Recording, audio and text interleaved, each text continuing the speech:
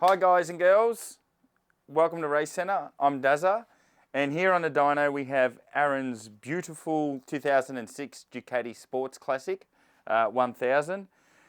This one is pretty trick actually. It's got quite a few different things on it. Jules has worked all his magic with the Moto Gadget stuff, so we did some videos on that stuff a little bit earlier, but that's all working really well. And then on top of all that bit of a project, we're then doing a full custom tune through the ECU. It's even got things like an Olin steering dampener on it, Brembo brakes, Brembo clutch. It's, yeah, really bit of a trick bit of kit. Jules has done a cool job with the exhaust wrapping on it. Yes, a really cool custom bike. It's, yeah, I really like it. Top job, Aaron. On the tune side of things, I wanted to just explain a few things. Firstly, this bike has pod filters. So in terms of the tune, it's actually quite a big modification and something that if you're putting pod filters on your bike and a bike like this, you definitely need to get it tuned. On this bike, you can probably see the front one here, maybe not the rear one, but we have our wideband O2 sensors directly in the exhaust into the headers. There is absolutely no substitute for having really high quality AFR sensors directly into the headers because you get the best AFR reading and you can tune it, in the end tune that you get out of it's going to be a lot better. It's more time consuming, there's a little bit more cost involved, but if you want the ultimate tune, that's what needs to be done. Particularly on a bike like this, the balance between the front and rear cylinders as the bike was a long way off. Part of that's due because of how the bike is in standard trim, and part of that will be because of the pod filters as well. It actually, the bikes that have with an airbox, the way that air circulates and gets into the intake manifold is actually quite complex. And when you remove that and put things like pod filters, it changes it a lot. So as I said, these bikes have an imbalance between front and rear standard. And putting things like pod filters on accentuate that.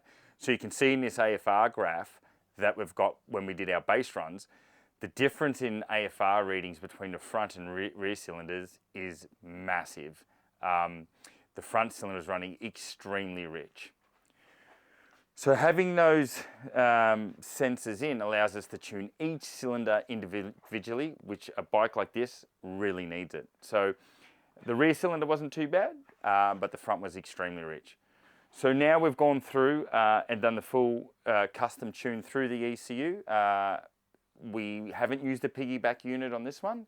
Where we can do it through the ECU, we do prefer it because it just keeps things more simple. You don't have an aftermarket unit on the bike that could potentially fail in the future. So done the tune.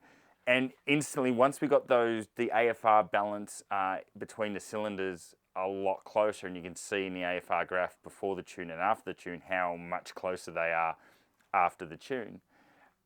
You could actually feel the bike on the dyno, the throttle response, and even how the bike accelerated. It was much smoother. Even the note of the engine was much smoother.